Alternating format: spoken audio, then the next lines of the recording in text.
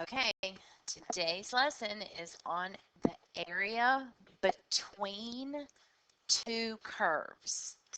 So we've talked about the area under the curve, which would be just under the curve all the way down to the x-axis. We've talked about if it's above the x-axis, it's positive. If the area is below, it's going to be negative.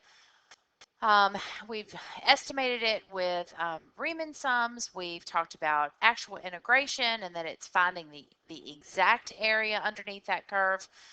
So I'm not teaching you a whole bunch of new stuff today. We're kind of putting some things together.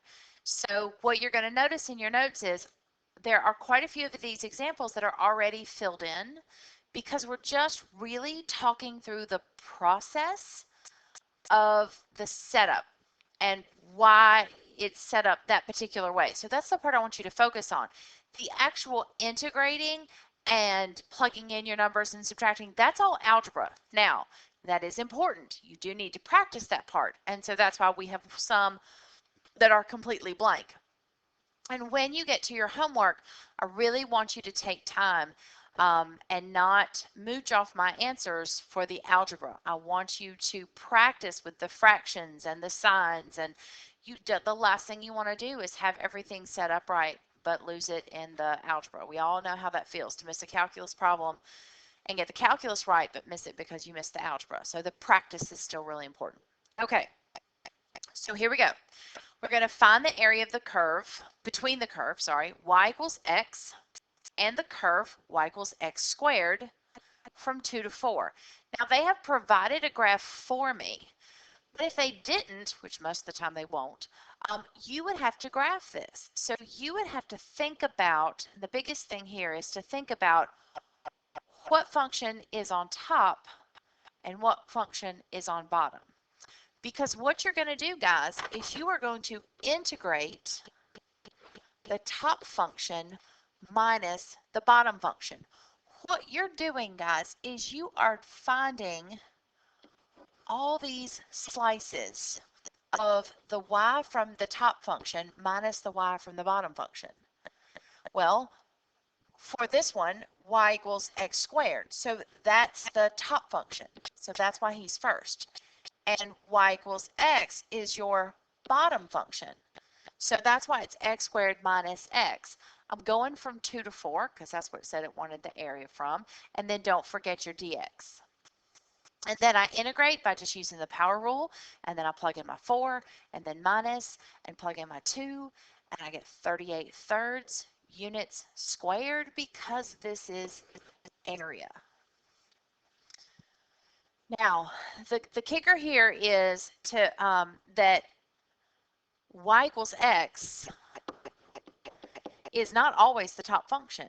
If you look down here, y equals x is actually taller than y equals x squared. So there's y equals x, and here's y equals x squared. Once I get to 2, the x squared function has already popped out on top. Now they meet at 1. The reason I know that is because x squared is going to equal x. The two functions are going to equal each other when x is 1. That's the only place, and 0. That's the only place they're going to equal each other, is 0 and 1. So I know that any area before 1 would actually be the integral of x minus x squared, because the x function would be the one on top. So what we're doing is we're taking these slices and we're adding all these slices up to get the total area.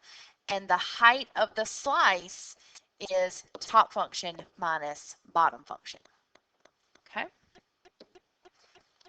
All right, so let's look at number 2. It says find the area of the region between the curve y equals 3 minus x squared and the line y equals 1 minus x from 0 to 2. Okay, and we're going to say that this is calculator inactive. So we're going to kind of do nice refreshers on these functions. So I know that y equals 3 minus x squared is a parabola that opens down and is shifted up 3. So 1, 2, 3. I'm going to plot my dot. And then, I mean, I'm not going to do tons of detail, but I am going to do a little bit of detail. Like, let's plug in x equals 1, and 1 squared is 1, and 3 minus 1 is 2. So I know at 1, I have a y value of a 2, and I know it's symmetrical, so I know it's going to go over there also. Now, if I plug in an x value of a 2, 2 squared is 4. 3 minus 4 is a negative 1. So I know when x is 2, my y value is already down here at a negative 1.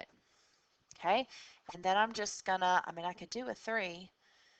Squared is 9, so negative 6. 1, 2, 3, 4, 5, 6. So way down here. Okay, so I'm going to very carefully, and this is where, like, normally I don't care about neatness for graphs. Well, that's a lie. But this is where neatness for graphs is going to really be helpful. Okay, so there's that guy. Change colors, and let's do that guy. So he's linear, has a y-intercept of 1, and a slope of negative 1, so down 1, right 1, down 1, right 1. Very important to note that they intersect there. And then I'm going to go up 1, left 1 just to get that guy. And then this just helps me draw a straight line. All right. And I can see that there is this area in between the two curves. It looks like it goes from negative 1 to 2 if I'm looking at x values. So show you what I'm talking about. It looks like it goes from negative 1 to 2. Like that looks like it's the area in between the two curves. So if it didn't give me the from 0 to 2, I would do the integral from negative 1 to 2 because those are the x values for which the two graphs cross each other. And that sort of defines that contained area. But this very specifically says, no, I want the area from 0 to 2. Okay, so here we go. Area from 0 to 2. All right, so from 0 to 2. Okay, now the blue graph is on top for that entire span. All the way from 0 all the way to 2, the blue graph is the top graph. So 3 minus x squared, there's my top graph, okay, minus the green graph, so 1 minus x. Now, you know that this is a shark and has got to run through, so I'm just going to put him in parentheses to protect him, and then I'm going to be very sharp with my notation and put a dx in the back. So the big set of parentheses is saying, hey, I'm integrating all of this, and there's my dx. The little parentheses is for the shark to run through. So I'm going to let the shark run through, and that's going to give me, let's see, 2 minus x squared plus x. And I know that's out of order, and normally that would bother me, but I'm going to let it go. I still have it in parentheses with my dx in the back. So tell you what, pause me and finish the integration part. You're done with the area part. Now finish the integration part and see if we get the same answer. So if I integrate, that would be 2x minus 1/3 x cubed plus 1/2 x squared. I'll almost put plus c, but it's a definite integral, so from 0 to 2. Okay, I'm going to plug in a 2, so that's going to be 4 minus 8/3. 2 squared is 4, half of 4 is 2. So there's the first part. Minus, ooh, I love plugging in a 0. All that goes to 0. Sweet. Okay, so let's see. I have 6 minus 8/3. I'm just going to combine my two whole numbers, and then that would be 18/3. So I get 10/3 units squared because it's area. Now, just a nice little teaser into what's coming in the next chapter. You're going to take this function or this graph that we have, and we're going to rotate it like it's on a spigot, and we're going to create a three-dimensional shape, and you're going to find the volume. So that's what we think of that, because we just put units squared, but when we do volume, it's going to be units cubed. All right. So number 3 is filled in. So we're just going to talk through it. It says find the area of the region bounded by the graphs y equals x squared plus 2 and y equals negative x. Okay, y equals x squared plus 2. Parabola opens up 2. Good. And y equals negative x. That's linear. Y-intercept of 0. Down 1, right 1. Okay, so there's the graph. Now, if before I shaded anything, like there's no piece of area that is captured between these two functions, like there's no natural kind of shape that's formed by these two because they don't intersect. But it wants the area in between these two graphs from 0 to 1. So you guys can see I drew kind of some vertical lines at 0 and at 1, and I have shaded in the region that is between these two graphs from 0 to 1. I know that my parabola is on top for the whole duration, and I keep saying that because that's not always going to be true. So I'm going to do top function minus bottom function. So you guys can see I'm kind of prepping it before I throw it into my integral. So top function minus bottom function, little plus plus action, and then I rearranged it. Now I'm going to throw it into my integral from 0 to 1. I integrate. I plug in my 1. I plug in my 0. I get a common denominator of a 6, and I add my like terms, or add my numerators, and get 17 units, 17 over 6 units squared. Number 4. Okay, so number 4 cranks it up just a hair, kind of easing into the pool. So it says find the area of the region between the parabola 1 minus x squared and the line 1 minus x. Okay, so I know that 1 minus x squared is a parabola that opens down and that's shifted up 1. And I know the line y equals 1 minus x has a y-intercept of 1. So I know that they cross here because I know that's part of their shifting. And then down 1, right 1. I have not taken the time to figure out where the parabola is at 1. So you could just plug in a 1 into your parabola and see that it's at 0. But some of these functions aren't always that pretty. So when they don't, and notice on this problem, they did not give you bounds, like they didn't give me the 0 and the 1. So what I'm going to do is I'm going to set the two functions equal to each other because equal means they're the same, and that's going to tell me where these two lines or these two functions intersect each other. So the 1s are going to cancel, and then I added the x over. He's quadratic, so you need to brush up on this algebra. Then I ran through with a -1 and the 0 ate it. And then I GCF'd an x. And then I set each one equal to 0 and solve for x. So these two x values are where these two functions intersect each other. So that's what's going to close the gap of this region that we're trying to find the area for. So that's how I know I'm going from 0 to 1. And top function is the parabola, bottom function is the linear line. Oh, and look, I have terrible notation. Oh my goodness. Gracious. Okay, so first thing I did was run the negative through, and then I cleaned it up. So once I get here, I'm now ready to do the calculus part. So all this work has one step of calculus. So I integrate, I plug in a 1, minus, I plug in a 0. All that leaves me with is a -1/3 and a 1/2. I'm going to get a common denominator of 6. That's going to be a -2, and that's going to be a 3, and that's why it's a positive 1/6 units squared. This is the piece I really want you to take away from this problem.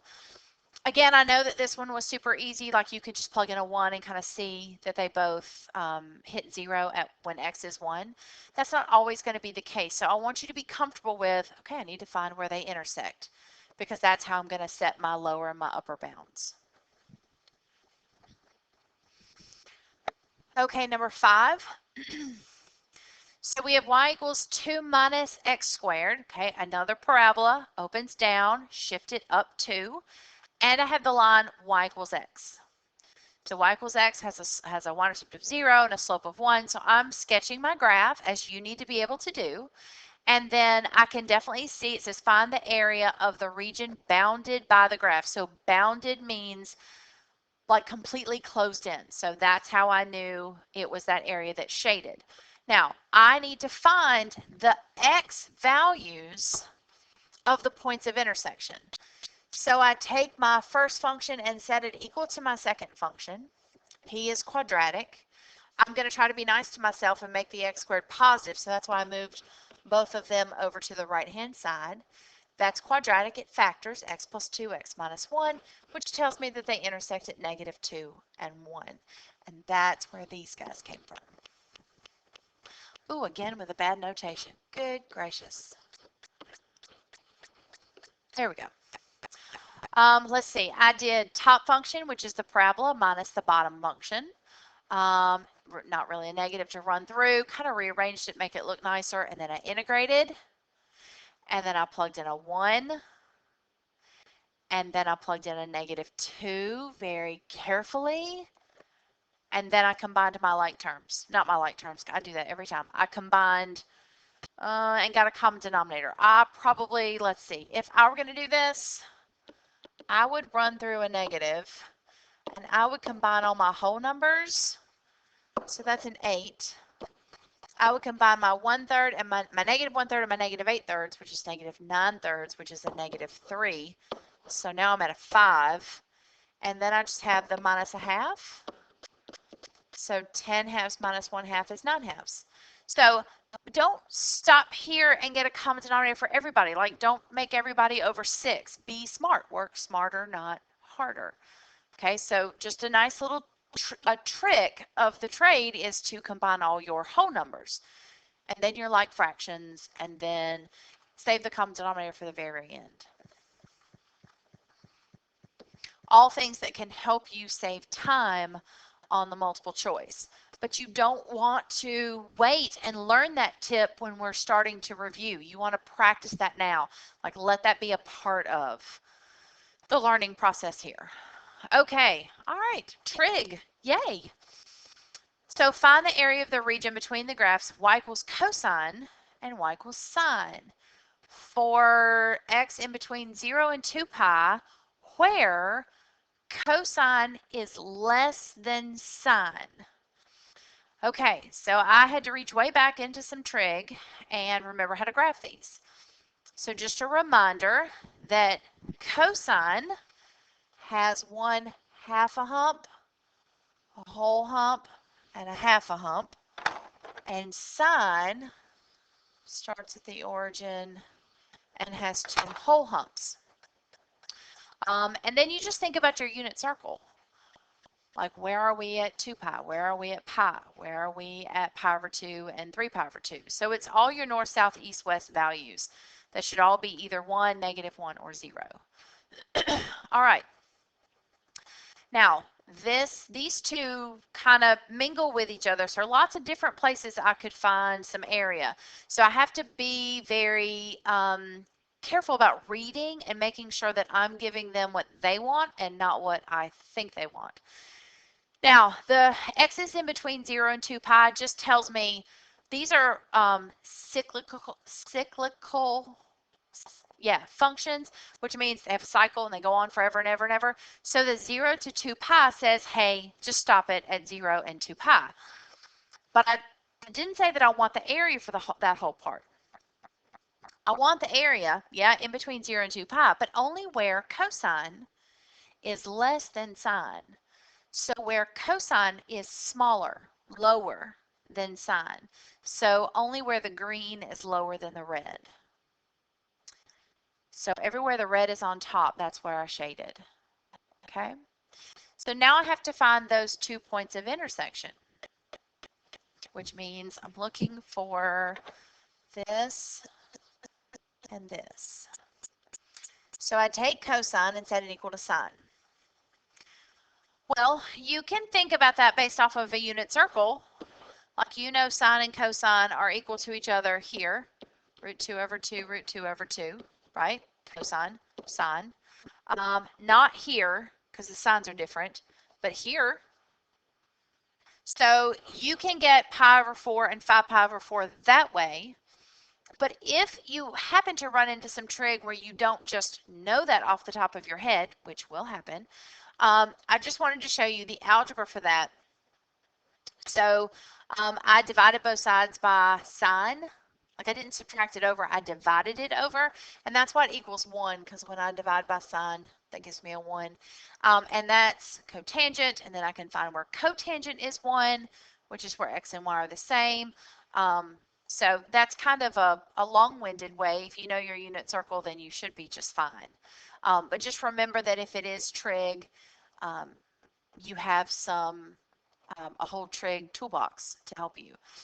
If the functions are off the wall, it will be calculator active, but you need to be comfortable graphing and altering your window and finding intersections, which we will practice. Okay, so I'm going to go from pi over 4 to 5 pi over 4 of top minus bottom. So red minus green, red is sine, so sine minus cosine. When I integrate this, and I kind of skipped that step, the integral of sine is negative cosine, and the integral of cosine, which is already negative, is sine pi over 4 to 5 pi. Then I plugged in my 5 pi over 4, so you can see the negative cosine 5 pi over 4 minus sine of 5 pi over 4, and then minus, and then plugged in a pi over 4. These are all root 2's over 2's, but remember the 5 pi over 4, both the root 2 over 2's are going to be negative because it's down there. This turns into a positive because it's already a negative cosine. So negative, negative, root 2 over 2. Same thing here, minus a negative. That's why that turned into a positive. So finished plugging it in, and then I ran my negative through, and let's see, let me get back to,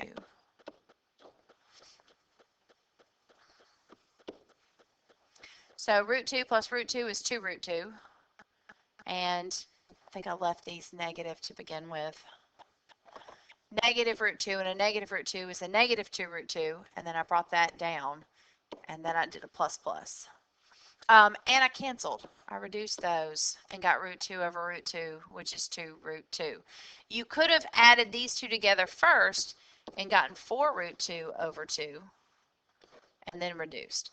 But guys, all of this fraction and root and denominator and reducing, all that stuff, that's all like math 1, 2, 3 and pre-cal. So please don't miss a problem because of an algebra mistake. So that's why the practice on these, on your homework and your test review and all that stuff, that algebra crunchy practice stuff is ridiculously important. Okay, don't get all that hard stuff and then miss it at the very end on your computational skills. Okay, number 7. So I want to find the area of the region between the graphs of cosine and sine from 0 to pi. Okay, so tell you what, pause me and try to graph it. But remember, you're only going from 0 to, not 2 pi, to pi over 2, from 0 to pi over 2.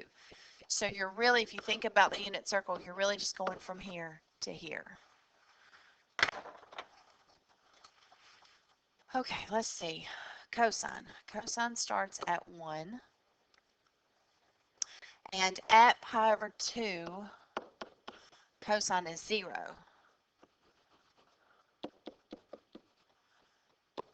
So he's just that part. He's the half a hump. Then sine starts at 0. And at pi over 2, he's at 1. So that's the top of the hump. That's kind of cool. Find the area of the region between the graphs from 0 to pi over 2. Between the graphs. Okay, so between the graphs would be here and here. Okay, I hope you can see what's coming. the top function changes. So I cannot do one gigantic interval from 0 to pi over 2 because the top function changes. So I have to do this in 2 separate intervals, and I have to chop it right there, which means I need to know where this is. Well, my 2 graphs are sine and cosine, so I need to know where sine and cosine are equal. We just talked about that. That's at pi over 4. In between 0 and pi over 2, it would be pi over 4. So I'm going to have one interval from 0 to pi over 4 of top minus bottom, okay? So red minus green. Red, the one that starts up, that's cosine. So cosine minus sine, good notation. I need to find that area plus the area from pi over 4 to pi over 2 of top minus bottom, green minus red, that's sine minus cosine with good notation. Okay, pause me and finish.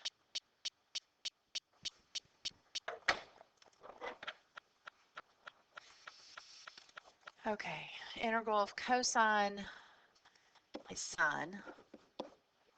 Integral of sine is negative cosine, so positive cosine from 0 to pi over 4 plus sine, cosine starts with a C.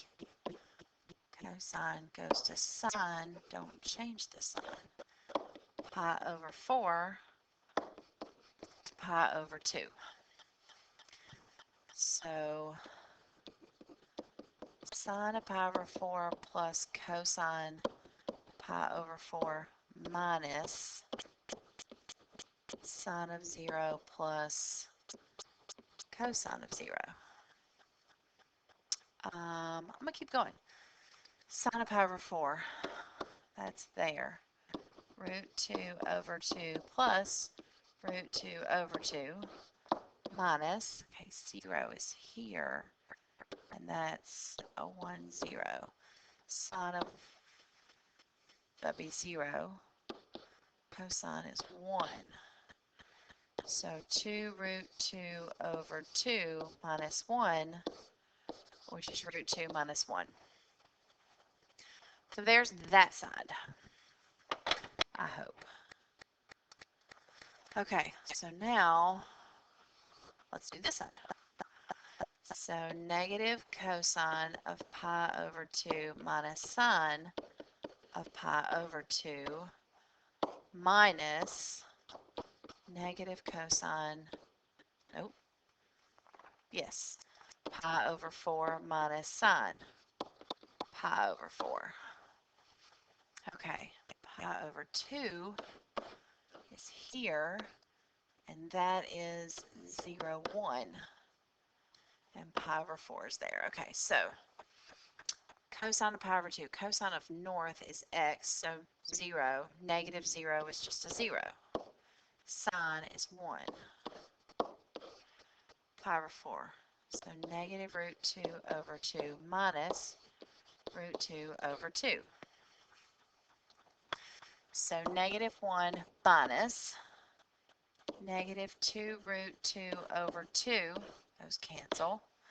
So negative 1 plus root 2. Okay, now I am adding these two areas together. So 2 root 2 minus 2. Hey, units squared. I feel like I forgot units squared earlier. Maybe. I don't know. That, golly, I mean, that's got trig, it's got the unit circle, it's got integration, it's got some fractions, it's got some sharks. Oh, it's an amazing problem. Great, great, great problem. Okay. All right, this one's filled in. Find the area, and this would be no calculator, for sure. So find the area between the curve. All right, so we have two roots. Okay, roots are the shooting star. The 3 is underneath, so in theory it's going to shift it opposite the sun. But remember, when your negative is on your x, it's going to twirl and do something funky to the shifting. So anytime there's a negative on the x inside the function, I set it equal and solve for x. So I know I'm going to go right 3. Because I don't want you to look at that and say, ooh, that's a positive 3. I'm going to go left 3 because Miss Patterson said always go opposite the sign. Well, yes, that's when you have a positive x. When you have a negative x, you actually go opposite the sign. So that gets too confusing. So just take what's inside. If it has a negative on the x, set it equal to 0, solve it, and go true to the sign. So he went right 3, and that's a negative under the root. You remember about twirls and handstands. If it's a negative inside the function, she twirls. If it's a negative outside the function, she can do a handstand. But no handstands in the house. So if that negative is inside the root, then we're going to twirl. So that's why it goes that way. The other one is, yeah, going to shift left 3 and a shooting star, no twirl. So find the area between the curve and that curve. Okay, now if it had just said that, like if it didn't say and the x-axis, then I'm thinking up here between the two curves. But that's not what it says. It says I want it between that curve and the second curve and the x-axis. So I want the area that's bounded by the two functions and the x-axis. And so that's why it's this. Okay, well, I'm going to have two different integrals because my top changes. Okay, now let's look really carefully. I've kind of colored this up. Think about it. Your slices are here. So there's the top and there's the bottom. So that slice is made up of the red function and the x-axis, not the green function. So I'm going to go from negative 3 to 0, because I know they meet at 0. From negative 3 to 0, negative 3 to 0, of the top function minus 0, because that's what that is. That's the line y equals 0. So I am subtracting something, just the second thing that I'm subtracting is a 0. That's why I didn't write it. Okay, and then plus, now I'm going to pick up at 0 and go to 3 of the green function, which is the square root of 3 minus x minus 0 dx. Okay, I rewrite it as 3 plus x to the 1/2 and 3 minus x to the 1/2. And now you've got to remember your integration rules. There's no chain rule for integration, so I have to do u substitution. So my u for the first one is going to be 3 plus x. My du is just a 1, so all is good. So then I replace with a u, and, well, I replace with a u and integrate. So plus 1 would be 3/2. Then I have to flip it. That's where the 2/3 comes from. And then I replace my u, and it's to the 3/2, and it's from negative 3 to 0. Now for the second one, my u is 3 minus x. And a lot of people overlook this. Your du is a negative 1 dx, which you don't have. So you need a negative 1, you need to balance a negative 1. So that's where he comes from. So that's going to be negative 2/3. Put your u back in to the 3/2 from 0 to 3. And then I almost wish this wasn't filled in because this is such great algebra. When I plug a 0 in, all that's going to do is leave me with a 3. So I have my 2/3. Now I went ahead and wrote my 2/3 twice, but you could do 2/3 and then plug both things in and then distribute if you wanted to do that, because the 2/3 is just kind of hanging out. I went ahead and distributed it to both. It really makes no difference. Okay, plug in a 0, so that's going to give me 3 to the 3/2, and then I plug in a negative 3, which is going to make that a 0 to the 3/2, which is nice because it wipes out that whole back end. Now I'm going to do 3 to the 3/2. Well, 3 cubed is 27. So now I have the square root of 27, which is 9 times 3. So that's where the 3 root 3 comes from. And then I'll multiply by the 2/3, and the 3's cancel, and that gives me 2 root 3. Very similar thing is going to happen on the right-hand side. I'm plugging in the 3, so I'm going to get the 0 first, so it's going to wipe that whole guy out. And then I have my minus, and then I brought over my negative 2/3 instead of just writing it once with big parentheses. And I'm plugging in a 0. Going to get the same 3 root 3, but you have to be careful here because when you cancel this, you're going to have a positive because it's a double negative. Very easy to lose. So be very meticulous with your work. Spread it out. Give yourself room. Those of you who like to write in chicken scratch, take some time on this one, okay? Those of you who kind of write super sloppy, slow down and take your time. These little nooks and crannies are what win or lose the game. So then I've got a 2 root 3 and add those together, and that gives me 4 root 3 units squared. All right. Okay. Number 9. Find the area between the x-axis and the curve, y equals 2 minus x squared, from 0 to 2. All right, it sounds harmless, right? From 0 to 2. So that's a parabola. I know it's shifted up 2, and I know it opens down. And I want to stop at the x-axis. So I kind of want to know where it hits the x-axis. So I take my function and set it equal to 0 and solve it. And I'm going to get plus or minus root 2, which is approximately plus or minus 1.4. So you guys can see here's 1 and here's 2, well, negative, and here's 1 and here's 2.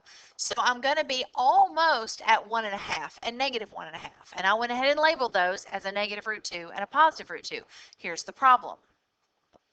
This is not all my area. It very specifically said, I want you to go from 0 to 2. So that means I have to go past the root 2.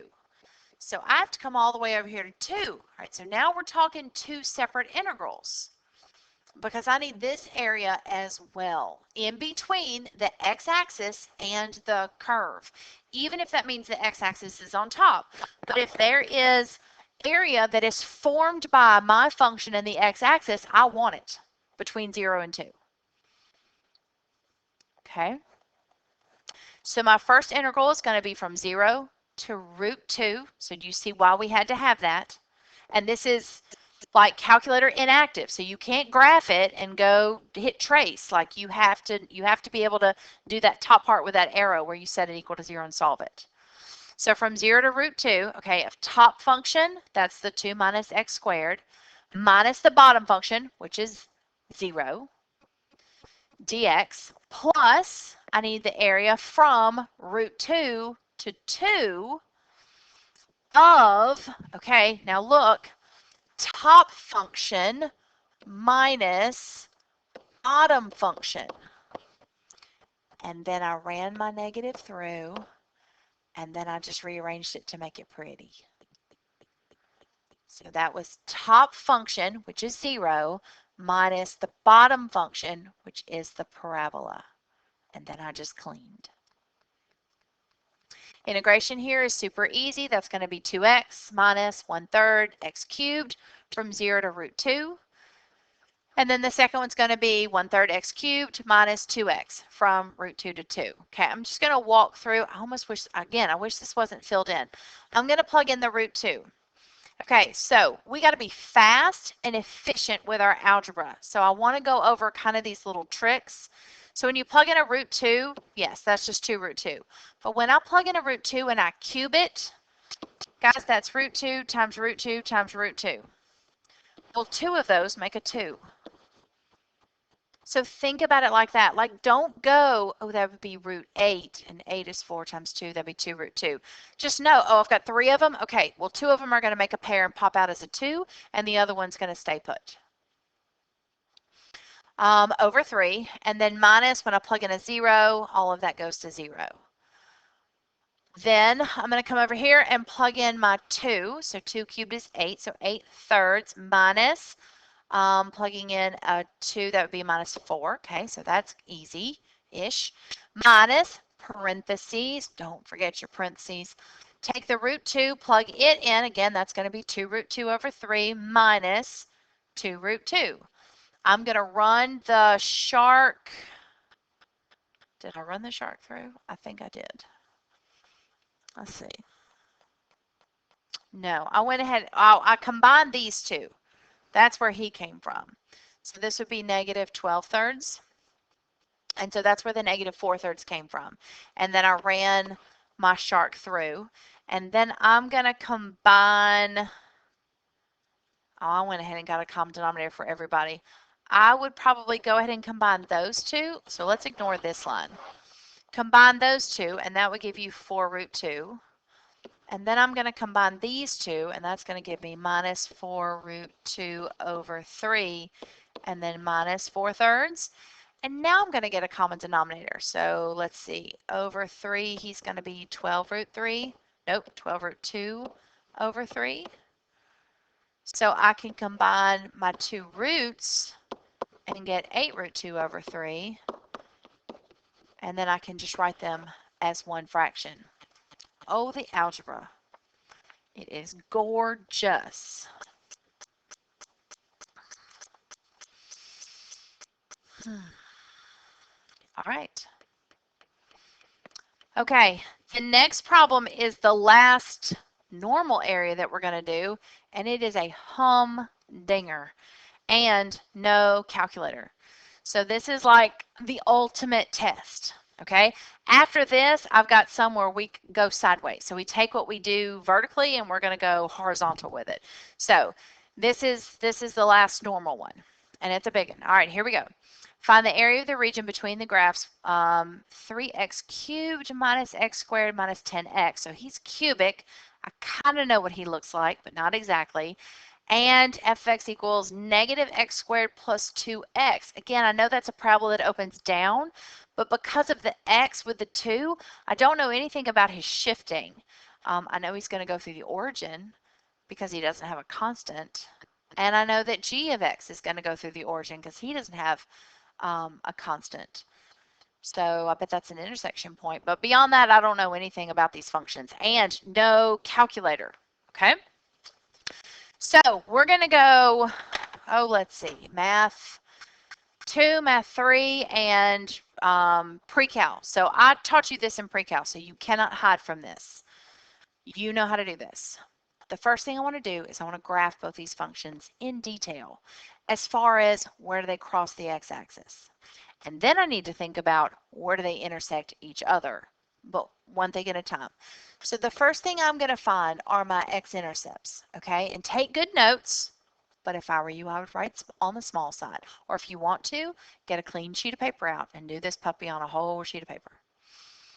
Okay, so I'm going to take 3x cubed minus x squared minus 10x, and I'm going to set it equal to 0, because if I find his solutions, I know that that's where he crosses the x-axis. I'm going to GCF an x, and then I'm going to factor that. So tell you what, pause me and finish solving him.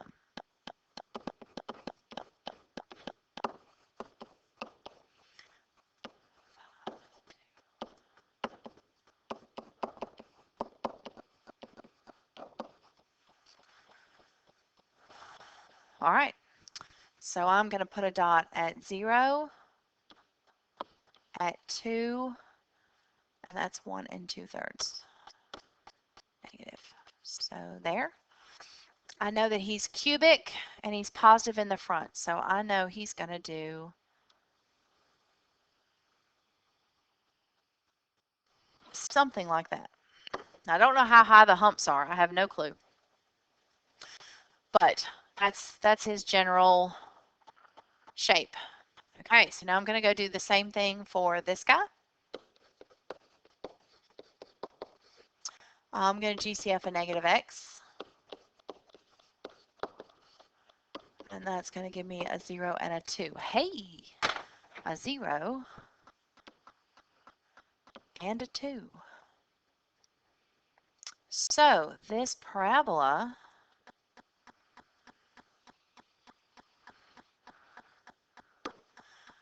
all right, here's the fun part. Okay, so awesome, fantastic. Most of you see this piece right there.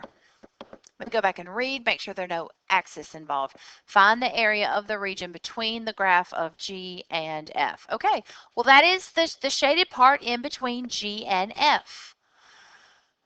But is it? Is it the only shaded part between G and F? Look at what's going on to the left. Both the green and the blue arrow are headed south, but you have no idea at what angle they are headed. You can't trust my graph or your graph. You don't know these graphs. You don't know how steep they are. You don't know what's going on. So what I need to do, guys, is I need to set these two functions equal to each other, and I need to see, because the only reason the blue and the green line would not intersect is if the blue is headed away and the green is headed down, or they're headed parallel to each other. But if he's headed outwards and he's headed slightly inwards, they will intersect at some point. And nothing about my graph looks like that. But I have to know that I need to go investigate. So I'm going to take, notice we haven't done any calculus yet, no area, nothing. I'm going to take my two functions and I'm setting them equal to each other. And by God, I'm going to solve this sucker. Okay, well, the x squareds are going to cancel.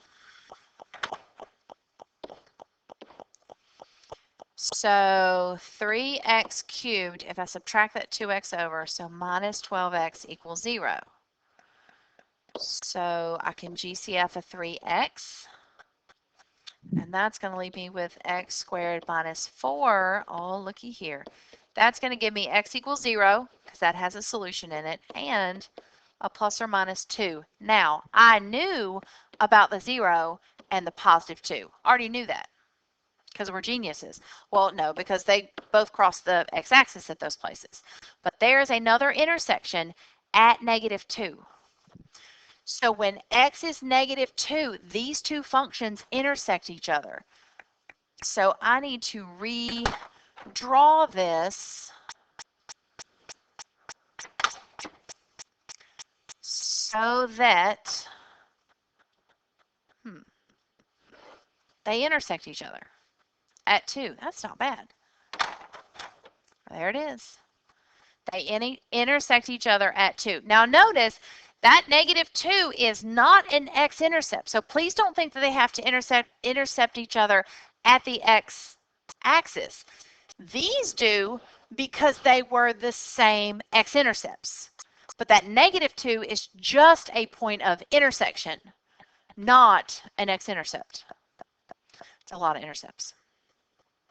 So I spy with my little eye two separate integrals. So I challenge you to pause me and finish this problem all the way to the end. Go.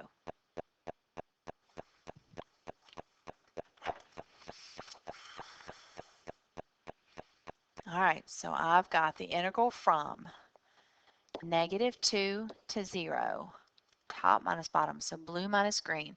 So that is cubic 3x cubed minus x squared minus 10x minus quadratic plus 2x. Big parentheses with a dx. Okay, I'm going to erase that. Plus the area from 0 to 2 of quadratic on top minus cubic on the bottom. Big brackets dx. Now, guys, look at what you're doing. Like that's amazing. Okay, so algebra first, Not going to jump to the calculus. Do the algebra. Plus, plus, minus.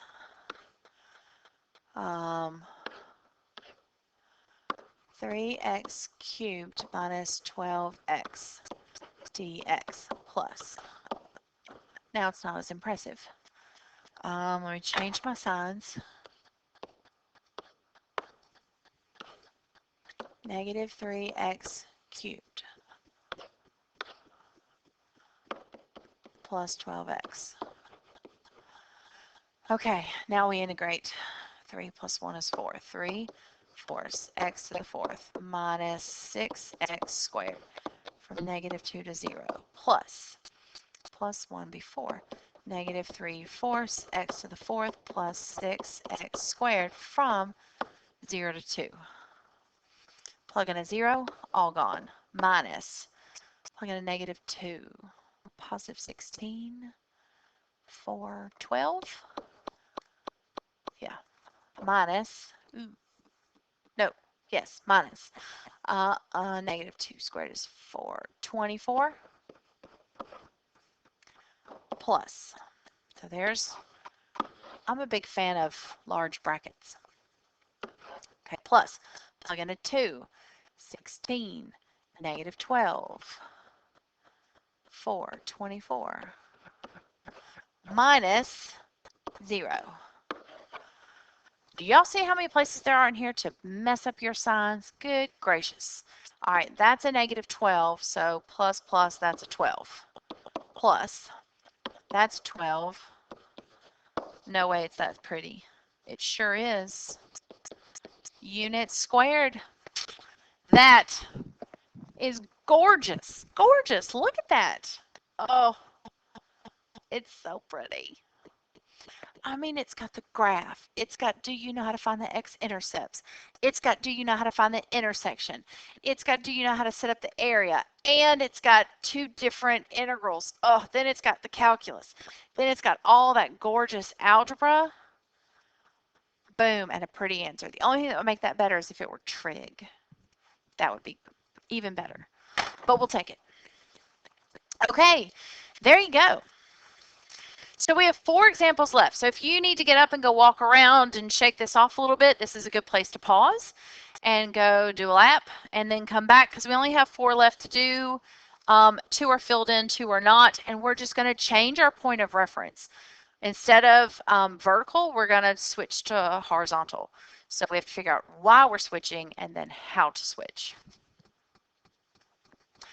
Okay, so this is area between 2 curves, horizontal slices. It says, find the area of the region between the curve. All right, so see, you can already tell something's fishy. It's x equals y squared. Well, normally our functions are y equals. And the curve x equals y plus 6. It's like it wants to be linear, but it's not solved for y, which is weird. From y equals 0 to y equals 3. Now, normally it was from x equals 0 to x equals 3.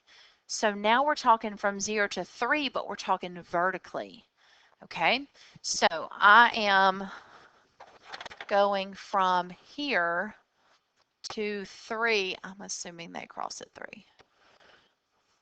So, well, there we go. From 0 to 3. So when I slice, I'm going to slice this way, not vertically. So when you slice horizontal, you're going to do the rightmost function minus the leftmost function. Okay, so guys, our first step really is to figure out how to graph this. So, well, I can very easily take that and solve for y and see that it goes down 6, up 1, right 1, and I can draw the line. This guy, I need to solve for. Our brains don't think graphs x equals. Our brains think y equals. Think about your calculator. When you hit graph, you get a table full of y equals to plug in your functions so that your calculator can graph it. So our brains, ever since we've been graphing functions, since we knew functions exist, have always thought y equals. So solve that sucker for y. Well, you're going to root both sides, and you're going to get y equals, technically, you're going to get y equals plus or minus x. And so when you graph this, notice I graphed a parabola and not a shooting star. Or you can say, well, I graphed the positive shooting star and then the handstand of the shooting star. Okay, so technically that is the graph of x equals y squared. Or you can think in terms of x equals and know that, oh, well, when Miss Patterson taught me parabolas, I knew if it was an x squared, it opened up or down, but if it was a y squared, it opened right or left. So this is a rightward opening parabola. If you do it with the roots, please don't forget your plus or minus. Okay, that's how you get both arms. But I only want to go from 0 to 3. Okay, so first I need to figure out, nope, nobody switches. So the one that's on the right is always going to be the linear function. So I'm going to take my linear function and I'm going to subtract my left function, my quadratic. Now notice that this is all in terms of y. That's really important. If my y's are going from 0 to 3, then I need this function to be in terms of y. So I want to leave them x equals. So I'm going to take my linear function, y plus 6, and subtract my quadratic function, y squared. So I rearranged it, made it pretty, and threw it into my integral.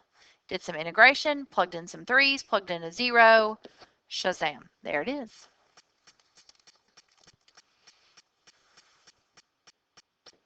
Okay, let's look at number 2. Find the area of the region between the curve x equals, okay, so we're on alert, y squared minus 4y, and the line x equals y. Well, the line x equals y is the same thing as the line y equals x. So the linear part of that is very easy to draw.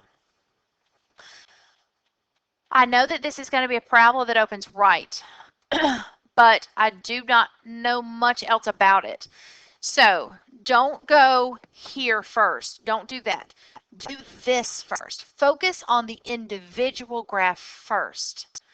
Don't focus on where do they intersect, okay? Get information about your individual function. So I set him equal to 0, and I factored him, and I got 0 and 4. And so those are his y-intercepts. Normally they are x-intercepts, but everything is sideways in these problems. So these are the y-intercepts. It makes sense because you're solving for y. So now I can draw my graph. Now I have no idea how far left the vertex goes. It's so not important. So I want the area of the region between the curve and the line. So no axes are involved. I want all this area. The next thing I need to do is make sure that the function to the right stays the function on the right. And it does. For all of these slices, the curve is on the left and the linear function is on the right. Okay? So always think about it in terms of slices. So I'm going to do right minus left. So there's my right function and there's my left function. I run my negative through and then I just cleaned it up. Okay? So that's what's going here. Now I need to figure out how to get the 0 and the 5. So now I need to find out where they intersect. Well, I know they intersect at 0. That's not new information. But now I need to find out the other one. So I'm going to set the two functions equal to each other. It is quadratic, so I want to get it equal to 0.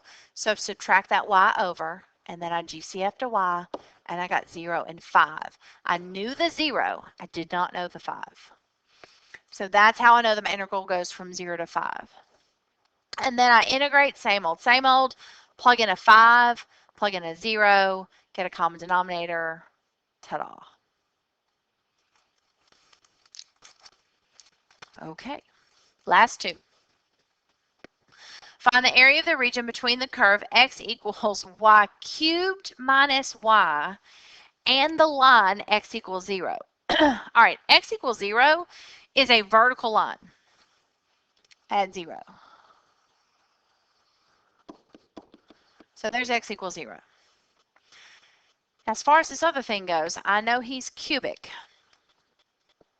So I know he's going to do something like that. But I need to find out more about that particular graph. I need to know where he crosses the y-axis. So I'm going to take him and set him equal to 0, and I'm going to solve him. So I'm going to GCF a y, and that's going to give me y equals 0 and a plus or minus 1. So, and I'm going to spread this out a little bit. So there's 0, there's 1, and there's negative 1. Kind of fun to draw. So there's that one. So find the area of the region between that curve and the line x equals 0. Between the two. Okay, well that would be this and this. I do not have to find where they intersect because it's very obvious that they intersect at those y-intercepts. So that is nice. What's not nice is that when I slice this, the right-hand function changes. So two separate integrals. So I'm going to integral from 0 to 1 of 0 minus, that's my right-hand function, is 0 minus, parentheses, y cubed minus y, big parentheses with a dx. So there's the first one, right minus left, okay, plus negative 1 to 0 of right minus left, so cubic minus 0. So that's just going to be the cubic. Oh, and you know what I did? I hope y'all caught it. I put dx just as plain as day. I wonder if I did that on the other one. Oh, no, because it was filled in. This is going to be dy. Oh, and y'all just saw how easy it is because we're so used to a dx or dt, but very rarely do we do a dy. So I'm integrating with respect to y, so I'm not a dx, I'm a dy. Okay, so tell you what, pause me and practice your algebra and your integration.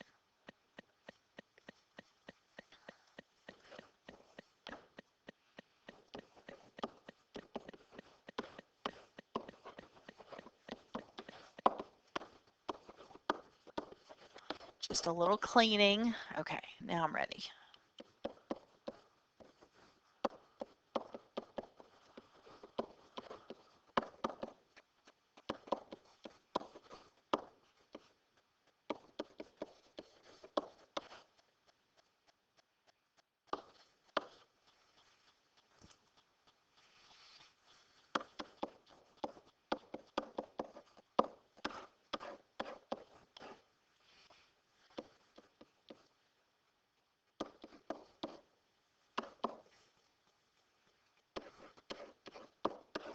Be careful over here with your fact that 0 goes first and then it's a minus and then you plug in your negative 1.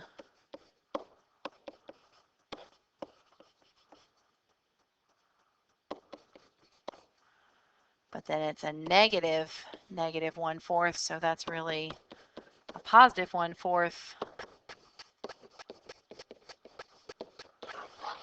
which is a 1/2. And how bad would it suck to get all the way down there and get lost because you lost a negative? So when you see a 0, when you're integrating and you see a 0 here, and as long as everybody in here has y's, it's gone. Like it will always go to 0. Always, always, always. As long as every term has a y. But in this one, when you have a 0 in the top, it makes the front part 0 and you still have this minus. So it changes that stuff in the back. So just, be careful. Okay. All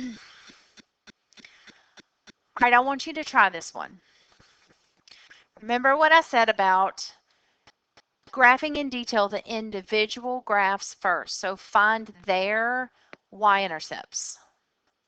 Then find where they intersect each other. Then figure out right minus left and go from there. Okay, so pause me, you try it.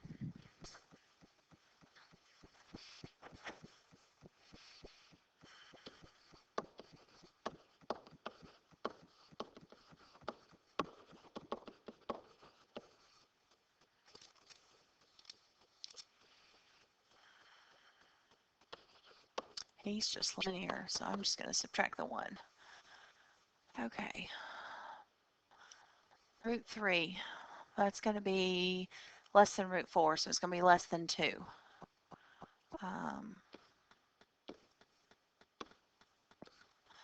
But I don't know where. It doesn't matter. I'm just going to go there and there.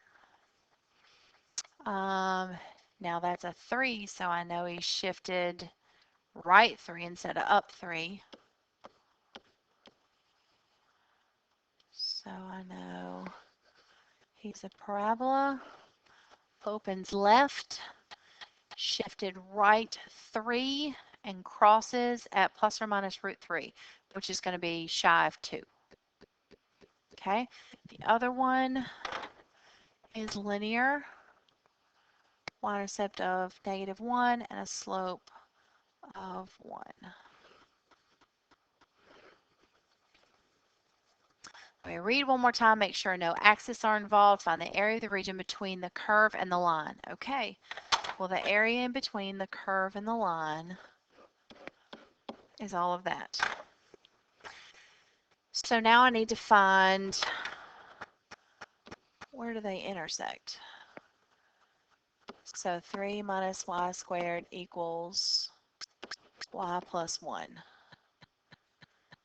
So y squared plus y minus 2. If I get everybody on the same side,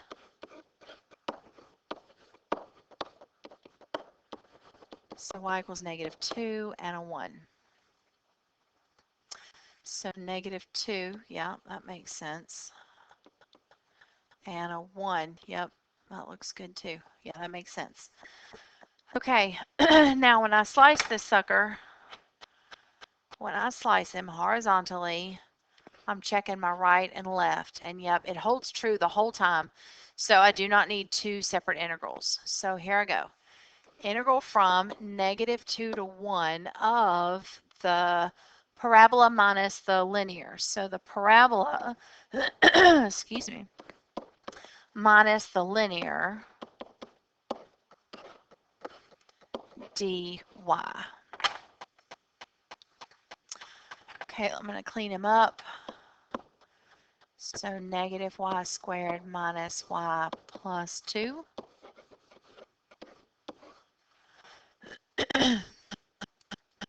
So -1/3 y cubed minus 1/2 y squared 2y from -2 to 1. Plug in a 1. Oh, lovely. And then plug in a -2. Oof. -8. So +8/3. +4. So 2 minus 4. Let's see. I am going to do this way.